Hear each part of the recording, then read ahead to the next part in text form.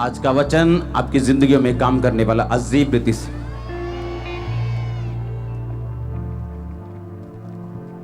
क्योंकि होली स्पिरिट ने खुद बोल के आज मुझे वर्ड दिया, कल रात या परसों जो वर्ड बोल के मुझे दिया वो 2 तरह का था, जो लगातार 2 दिन मुझे मिला। बैठ जाओ अपने शरीर में और प्रार्थना करो कि परमेश्वर ये वचन समझने में मेरी मदद और सहायता कर। आमीन। अपने पड़ोसी को बोलो, डिस्ट्रैक्ट नहीं होना, अपना ध्यान नहीं हटाना। फिर से बोलो अपने पड़ोसी को,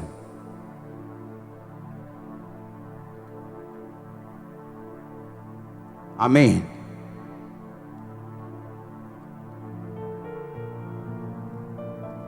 पहला शमूएल 10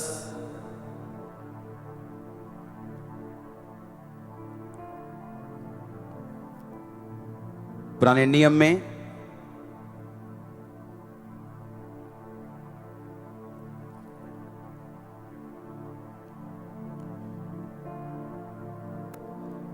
उसकी 19 आयत, 20 आयत और 21 आयत को मैं पढ़ूंगा।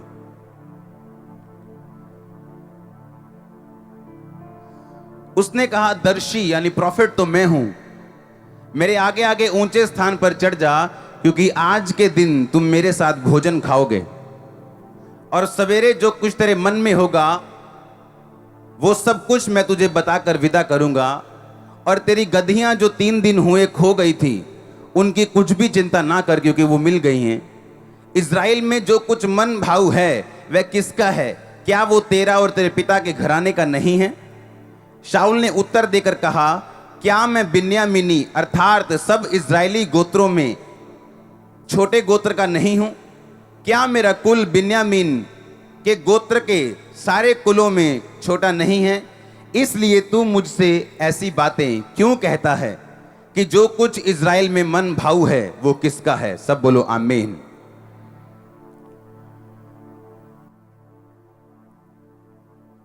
परमेश्वर ने आपके लिए एक प्लान रखा, आपको मालूम होना चाहिए, हाँ या ना? अपने पड़ोसी को बोलो, डिस्ट्रैक्ट नहीं होना, क्योंकि परमेश्वर ने तुझे एक काम दिया करने के लिए। अपनी डेस्टिनी, अपनी मंजिल की पूरी ऊंचाई तक पहुंचने तक अपना ध्यान नहीं हटाना और उसके बाद भी नहीं हटाना। आमीन। सुनो ध्यान से,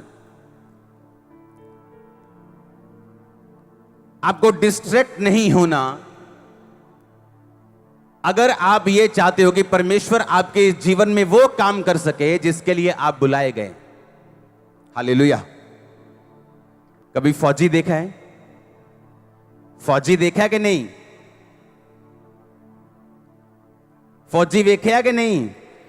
कैसा होता है वो? पहली बात, आपने कभी फौजी को ऐसे लड़ते देखा है? ये बंदूक उठाई और ये बाल सेट किए, हाँ, कि पता लगे बंदूक चला, लाट टक गई आ गई है, तो फिर वो सेट कर रहा है अपनी लाट। हाँ, देखा कभी ऐसा फौजी? फौजियों के बाल कैसे होते हैं? उनको फौजी कट बोलते हैं, छोटे छोटे कर देते बाल। क्यों?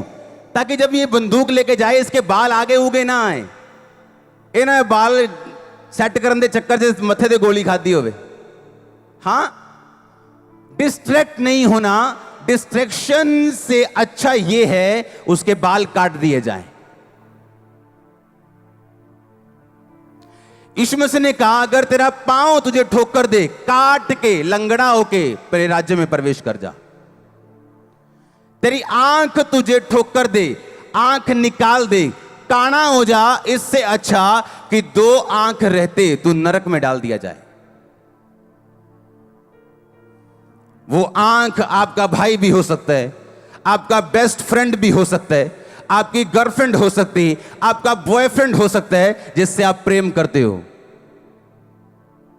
यीशु मसीह ने कहा, डोंट गेट डिस्ट्रैक्टेड, अपना ध्यान नहीं हटाना, ऐसा ना हो उस बंदे के साथ तू नरक में डाल दिया जाए। इससे अच्छा यह है उस कमी को अपनी लाइफ से निकाल दे और काना होके मेरे राज्य में प्रवेश कर जा।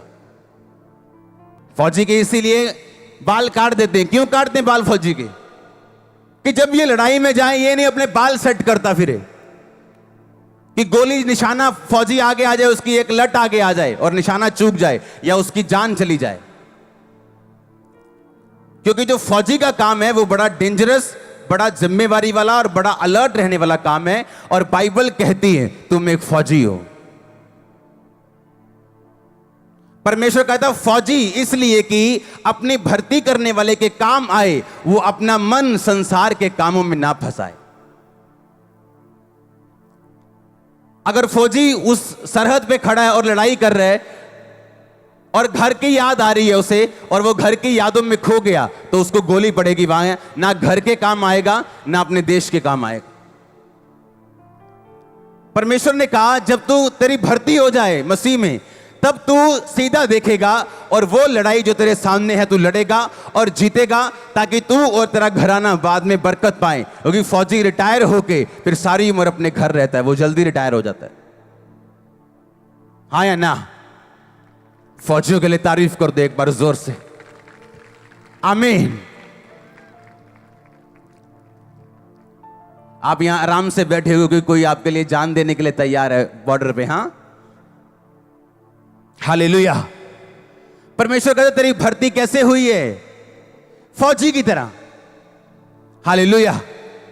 आपने कभी भी फौजी की भर्ती उसके अपने शहर में नहीं देखी होगी, 1% चांस भी नहीं होंगे, बहुत कम। क्यों? ताकि ये नहीं फौजी जब राउंड लगाने जाए तो उसको मालूम हो ये मेरे दोस्त का घर है, ये मेरी मासी का घर है, ये मेरा घर है, चलो 2 मिनट हो आते हैं। अगर फौजी पंजाब का तो उसे असम में फेंकते हैं, चल भाई असम में।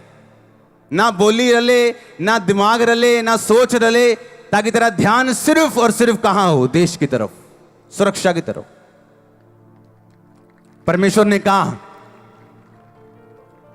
कि अलीशा अपनी लाठी को दे अपने नौकर को, अपने दास को, और बोल कि जाके लाठी लगा उस मरे हुए लड़के के ऊपर, और जैसे ही तू लाठी लगाएगा वो लड़का जी उठेगा।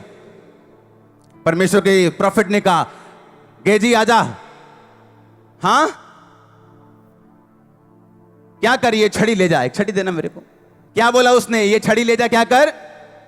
उस पे लगाना लड़के पे, क्या हो गया? वो जी उठेगा।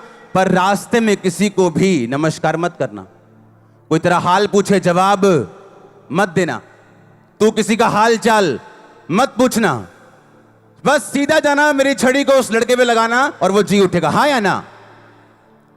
अब छड़ी दे दी, आ जाओ कोई जाना। हाँ, आ जाओ आ जाओ आ जाओ, निकल आओ। हाँ, अब छड़ी दे दी। अब प्रॉब्लम क्या है? अब गेजी जा रहा है रास्ते में, लोगों को मालूम है ये प्रॉफिट की छड़ी है।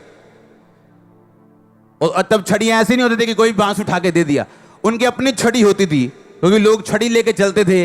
रास्ते में जानवर आते थे, पहाड़ आते थे, चीजें आती थी, तो वो छड़ी लेके चलते थे हमेशा। और उसने अपने जो हाथ में उसकी चीज होती थी हमेशा मसे वाली, वो अपने नौकर दास को दी और बोला जा और उसके ऊपर रख। पर रास्ते में किसी को हेलो नहीं कहना, कोई तुझसे हेलो वाले नहीं बोलना, कोई तू किसी से हेलो नहीं करना, बस सीधा जाना, मेरा काम करना। और रास्ते में जब वो जा रहा है और लड़के के पास पहुंचा, छड़ी रखी, वो जीवित नहीं हुआ। क्यों? क्योंकि रास्ते में लोगों को मालूम था ये छड़ी किसकी है? खुदा के प्रॉफिट की है। हाँ जी भाजी की हाल है? वाह वाह ठीक है जी, हो जी कितना ठीक ठाक तुम? पता लगे सोटी फड़ी आज अपने गुरु दी। अब हां, बाइबल बताती वो सेवक जो था वो पैसों का लालची था। उसे मालूम था अगर मैं ये लोगों में साबित कर दूं कि मैं खुदा के दास के बड़ा नजदीक रहता हूं, तो खुदा के दास तक पहुंचने के लिए लोग इसको भेंट देंगे। तो खुदा का दास तो अपने किसी करीब बंदे के हाथ में इतनी कीमती सोटी देके भेजेगा? और रास्ते में सब हेलो हाय चल रही है, ये हेलो हाय पूछ रहे और जाना इधर है, लेकिन घूम के जा रहा है क्योंकि अमीर का घर रास्ते में पड़ता है, और उसको बता के जा रहा है और पाजी मैं चल रहा काम माड़ा या पापा ने भेजा ही माड़ा। हाँ, दिखा के जा रहा है उसको। क्यों? क्योंकि वो पैसों का क्या था? लालची।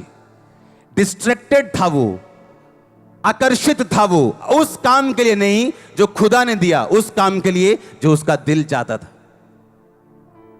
और कोई काम नहीं हुआ। हुआ क्या? कुछ नहीं हुआ। क्या कहा खुदा के दास ने? कहता जा और छड़ी क्या कर, उसके ऊपर लगा दे। वो जी उठा नहीं। शैतान आया यीशु मसीह के पास। यीशु मसीह रोजे रख के बैठे हैं और सामने पत्थर थे। शैतान आया और बोला इन पत्थरों को बोल क्या बन जाएं। क्या रोटी बड़ी चीज है? क्या बड़ी चीज है रोटी? आप जा सकते हैं, तारीफ करो। मैंने कहा क्या बड़ी चीज है रोटी? पर उस टाइम प्रभु यीशु मसीह के लिए क्या थी? बड़ी थी। क्यों? 40 दिन से कुछ नहीं खाया और शैतान परखने की कोशिश कर रहे। हां हां या ना? अब जिसके 5 बच्चे उससे पूछो बच्चा बड़ी चीज है, बोलेगा नहीं मेरे 5 हैं। पर जिसके पास नहीं है उसको पूछो। अब शैतान जिसके पास 5 हैं उसको बच्चे के लिए नहीं भरमाएगा, लेकिन जिसके पास नहीं है उसको भरमाएगा। चला एक बाबे के पास चलते हैं, चला बड़ी अच्छी दवाई देता वो, चलाओ थे मुंडा हो जाता। और परमेश्वर देखेगा आपको और वो चेक करेगा आपको, क्योंकि शैतान आपकी प्रेजेंट नीड, जो आपकी वर्तमान की जरूरत है, उससे आपको परखेगा। जो आपको नहीं चाहिए उससे नहीं परखेगा। हो सकता है एक बंदा पैसों के साथ ना भरमाया जाए, चाहे वो गरीब हो अमीर हो, पर उसकी कमजोरी एक औरत हो सकती। एक बंदे की कमजोरी औरत नहीं है, पैसा है। किसी की पैसा या औरत नहीं, कुछ और है। और शैतान आपकी कमजोरी जानता है और आपको डिस्ट्रैक्ट करने की कोशिश करता है ताकि आप वहां ना पहुंच सके जिसके लिए परमेश्वर ने आपको अपने पास बुलाया। हालेलुया। आज मैं यहां पे ना होता अगर उस टाइम परमेश्वर मुझ पर दया ना करते तो। हालेलुया। मैं यहां ना होता। तब की प्रार्थनाएं और डिस्ट्रैक्ट ना होना, अपना ध्यान ना खोना और लगातार प्रार्थना करना, उत्तर ना आने के बावजूद भी उस चीज का रिजल्ट हूं मैं और आप भी। अपने हाथों को उठाओ, थैंक यू जीसस। अपने हाथों को उठा के प्रार्थना करो, परमेश्वर मेरा ध्यान भटकने मत देना और मुझे छू खुदाबंद।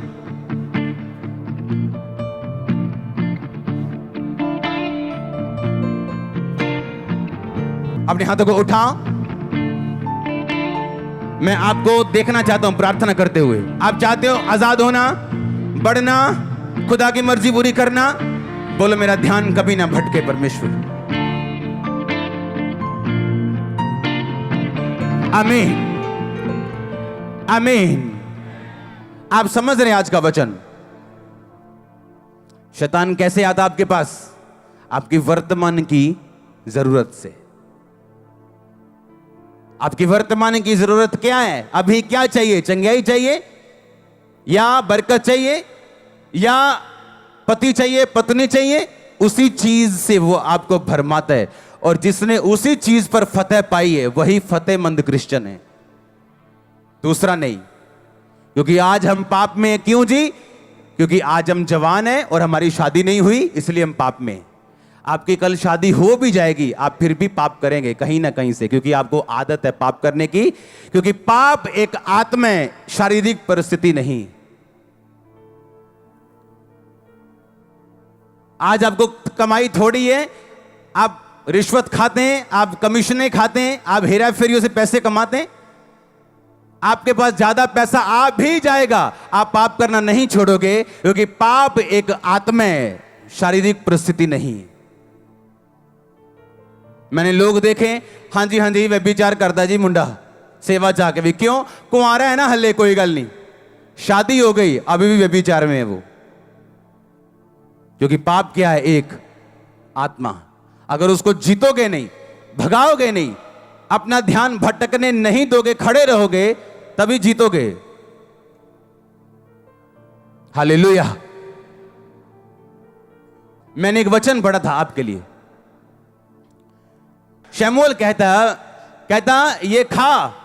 कहता क्यों खाऊं? कहता क्या इज़राइल का मन भाव तेरा नहीं? कहता है इज़राइल का सारा मन भाव मेरा। अरे भाई, मेरा तो गोत्र सबसे छोटा है, मेरा कुल मेरे गोत्र में सबसे छोटा है। आप ऐसे कह सकते हो कि आप सबसे छोटे शहर के सबसे छोटे गांव में रहते हो और उस सबसे छोटे गांव में सबसे छोटा घर और सबसे छोटा परिवार भी आपका है। परमेश्वर कहता है इसीलिए तो मैंने तुझे चुना है कि सबसे छोटा गोत्र का सबसे छोटा कुल मैं तुझे चुनता हूं, ये सब लोगों का राजा होने के लिए। और गिदोन को भी यही कहा। गिदोन को जब परमेश्वर बोलता है हे शूरवीर सूरमा यहोवा तेरे संग है, कहता है क्या मैं छोटा नहीं हूं? मेरा कुल छोटा नहीं है? मेरा परिवार मेरे कुल का सबसे छोटा नहीं है? तो इसका मतलब क्या? परमेश्वर को आदत है टूटे हुए लोग चुनने की, उसको आदत है गरीबों को चुनने की, तुच्छों को चुनने की, छोटों को चुनने की, व्यर्थ लोगों को चुनने की। उसको आदत है, ये उसकी हॉबी है आपको चुन के बड़ा करने की। पर आपको डिस्ट्रैक्शन होती है। क्यों? आपको लगता है नहीं मैं अनपढ़ हूं, किसी को लगता है नहीं मैं तो बहुत छोटी हूं, किसी को लगता है नहीं मुझसे क्या होगा, मैं तो कुछ भी नहीं हूं। आप परमेश्वर कहता जब मैंने राजा चुना, पहला राजा इज़राइल का शाऊल, तो वो सबसे छोटा था अपने कुल का, उसका गोत्र उसका कुल सबसे छोटा था। जब गिदोन को चुना तो वो सबसे छोटा था। परमेश्वर ने कहा जब मैंने आपको चुना आप भी सबसे छोटे थे। हाँ या ना? उसने बड़े देख के आपको नहीं चुना। पर प्रॉब्लम यह है अपने चुनाव को आपको सिद्ध करने के लिए बड़ी चीजें कंप्लीट करनी पड़ती हैं ताकि आप फुलेस्ट अपनी ग्लोरी तक पहुंच सके। आमीन। फुलेस्ट मसीह लाइफ को जीने का मजा अगर लेना चाहते हो, हां, मसीह लाइफ की एक बड़ी खूबसूरती है जो दुनिया की किसी चीज में नहीं। इसकी खूबसूरती यह है कि जैसे जैसे आप मसीह में बढ़ते जाएंगे आपकी लाइफ ब्यूटीफुल के बाद ब्यूटीफुल होती जाएगी। एक टाइम के बाद एक टाइम के बाद एक टाइम के बाद एक टाइम के बाद हर साल आप बेटर हो। अगर आपकी लाइफ में कोई ऐसा पाप नहीं है जो डिठाई का हो, बिना पछतावे वाला हो, तो फिर तो कुछ नहीं किया जा सकता। आप में दुष्ट आत्मा में कोई फर्क नहीं। वो भी कहती है यीशु प्रभु, आप भी बोलते हैं प्रभु, लेकिन काम दोनों के एक जैसे। यीशु मसीह डिस्ट्रैक्ट नहीं हुए और शैतान को बोला लिखा है इंसान केवल रोटी से नहीं, मनुष्य केवल रोटी नाल नहीं पर परमेश्वर के मुंह से निकले एक एक वचन से जीवित रहेगा। हाँ या ना? आपको डिस्ट्रैक्ट नहीं होना। लोग क्या कहते हैं? आपका दोस्त आ सकता है आपको डिस्ट्रैक्ट करने के लिए, आपका ध्यान भटकाने के लिए। आपका करीबी आ सकता है आपका ध्यान भटकाने के लिए। पतरस कहता यीशु मसीह, झिड़का उसको, झिड़कों लगाई यीशु मसीह को, कहता खबरदार जो आज के बाद बोला मैं क्रूस उठाऊंगा, तेरे साथ कभी ऐसा ना हो। यीशु मसीह ने कहा शैतान मेरे सामने से दूर हो। तो मेरे लिए ठोकर का कारण है क्योंकि मैं पैदा ही क्रूस उठाने के लिए हुआ हूं। और यीशु मसीह ने आपको भी यही कहा, अगर तुम उसके चेले हो अपना क्रूस उठाओ और मेरे पीछे आओ। अपना क्रूस उठाओ, अपने आप का इनकार करो। अगर अपने आप का इनकार कर दोगे तो शैतान तुम्हें भरमाएगा नहीं कि देख तू चंगा नहीं हुआ, देख तेरा भी बेबी नहीं हुआ। No no no no. अगर आपने अपने आप का इनकार कर दिया आप भरमाए नहीं जा सकते। आपकी इज्जत परमेश्वर की, आपकी बेइज्जती उसकी, आपका जीना उसका, आपका मरना उसका। वो आपका ध्यान रखेगा, जबरदस्त ध्यान रखेगा। हालेलुया। अपने पड़ोसी को बोलो तेरा ध्यान भटकने ना पाए। अगर तू उस मंजिल तक पहुंचना चाहता जो खुदा ने तेरे लिए रखी, आमीन। आप तैयार हैं उस तक पहुंचने के लिए कि नहीं? आपका ध्यान भटकना नहीं चाहिए। आमीन। आपका ध्यान भटकना नहीं चाहिए, मैंने कहा। आमीन। ऊंचा आशीष, ऊंची चर्च। सबको जय मसीह की। मैं जतिन बब्बर और आप देख रहे हैं मसीह परिवार चैनल। जैसे कि आप सब जानते हैं कि मैं इस चैनल पे प्रभु के अलग अलग दासों की वीडियोस डालता हूं। तो अगर आपको हमारा चैनल अच्छा लगता है तो आप इस चैनल को ज़्यादा से ज़्यादा सब्सक्राइब जरूर करें ताकि आप प्रभु के वचन को सुन सके। वीडियोस को ज़्यादा से ज़्यादा शेयर करें ताकि जिन लोगों तक वचन नहीं पहुंचा उन तक भी वचन पहुंच सके। सबको जय मसीह की। एक बार मैं आपसे दोबारा कहूँगा कि इस चैनल को सब्सक्राइब जरूर करें और वीडियोस को ज़्यादा से ज़्यादा शेयर करें। जय मसीह की।